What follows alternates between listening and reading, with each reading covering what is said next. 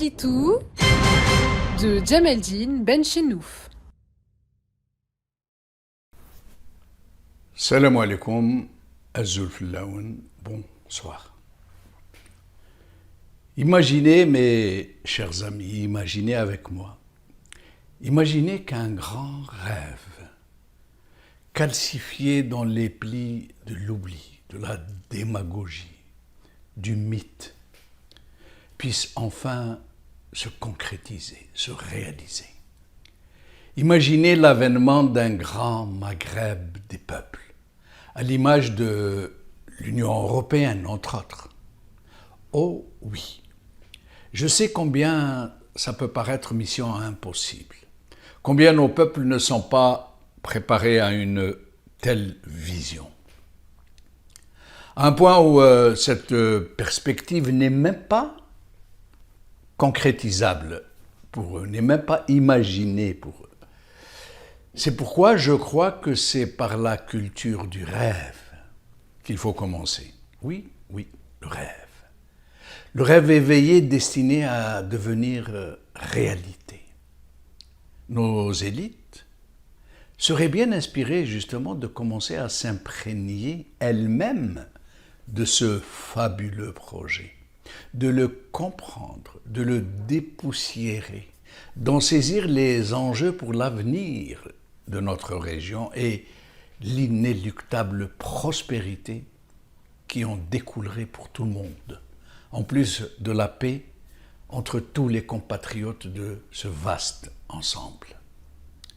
Oui, mais un tel rêve ne serait possible que s'il entre dans l'imaginaire de nos élites, de toutes nos élites, et qu'ensemble nos sociétés respectives, que dans nos sociétés respectives, ces élites entreprennent de répandre l'idée, d'en expliquer tous les avantages, de la nourrir et d'en faire l'objectif primordial de tous les Maghrébins. En somme, si nous voulons vraiment faire du Grand Maghreb des peuples, non pas un lourd dossier bureaucratique poussiéreux et stérile entre générations de gouvernants qui n'y croient pas eux-mêmes, mais le rêve de tous les Africains du Nord, alors il ne faut pas douter que nous aurons réellement mis le train des chimères sur le rail du concret et du réalisable, car il n'y a rien qui soit fortement désiré par le peuple et qui n'aboutisse pas. Oscar Wilde avait dit, je le cite, « La sagesse, c'est d'avoir des rêves suffisamment grands pour ne pas les perdre de vue lorsqu'on les poursuit. » Fin de citation. En fait, c'est juste cela qui nous manque. Pour aboutir à une si grande victoire sur nos travers, sur nos cauchemars, nos misères, notre pauvreté, nos despotismes et toutes ces abysses dans lesquels nous avons été précipités.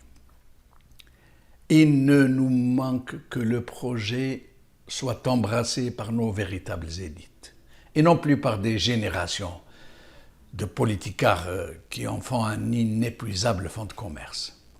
Nous pouvons le faire. Nous en sommes capables. Il suffit juste que nous le voulions et que nous en saisissions toute l'immense portée. Il suffit que ce rêve du grand Maghreb des peuples soit porté par tous les Maghrébins, par nos peuples, sous la direction généreuse et éclairée de nos véritables élites. Les peuples européens ont réussi à créer l'Union européenne alors que tout les sépare. Ils n'ont ni la même langue, ni la même culture. Les uns sont catholiques, les autres protestants et d'autres orthodoxes. Sur un plan génétique, ils sont réellement différents les uns des autres, ainsi que dans leur configuration géographique et climatique. Mais il a juste fallu qu'ils le veuillent pour le concrétiser. Et c'est principalement grâce à l'acharnement d'élites intègres et par l'adhésion des peuples eux-mêmes qu'ils ont pu devenir ce qu'ils sont aujourd'hui, une communauté homogène sur plusieurs aspects, une même monnaie, une même vision économique, la libre circulation des biens et des personnes dans tous les pays membres de l'Union, une même politique internationale, une même vision de la défense territoriale et tant d'autres adhésions à une même vision politique.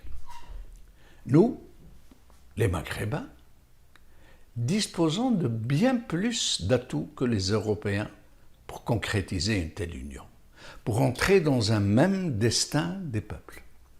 Nous avons la même identité, une même histoire, un apport arabe qui s'est amalgamé à la souche matricielle berbère pour tous les pays du Maghreb, une identité arabo-berbère, deux langues, la derja et le tamazirt, une même religion, majoritairement malikite, avec une merveilleuse minorité ibadite, une même mémoire collective, puisque nos pays actuels viennent tous de royaumes aujourd'hui disparus, mais dont les frontières avaient fluctué des siècles durant du nord au sud, de l'est à l'ouest, changeant tout le temps. Le climat et la géologie de nos pays respectifs sont quasiment identiques.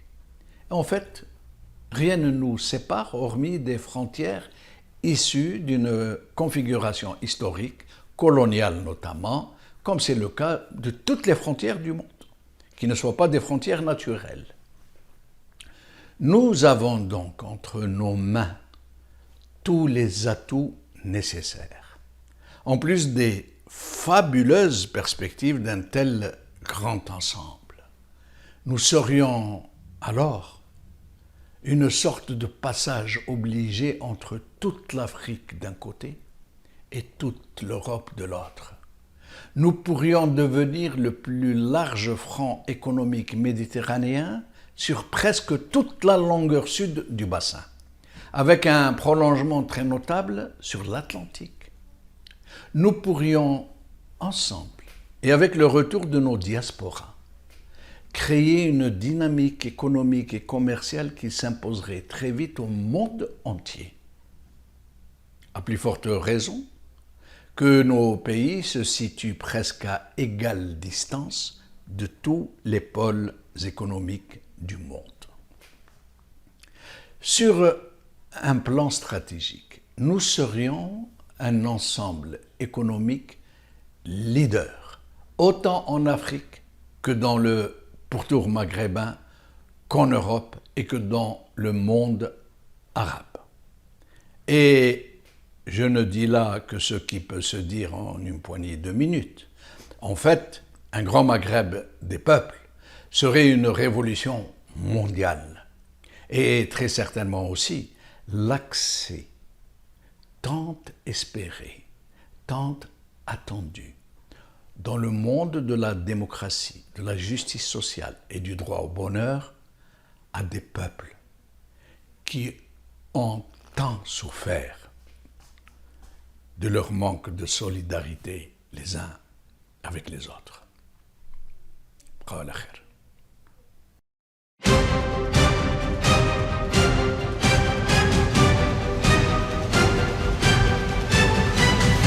L'édito de Djemeldine Benchenouf.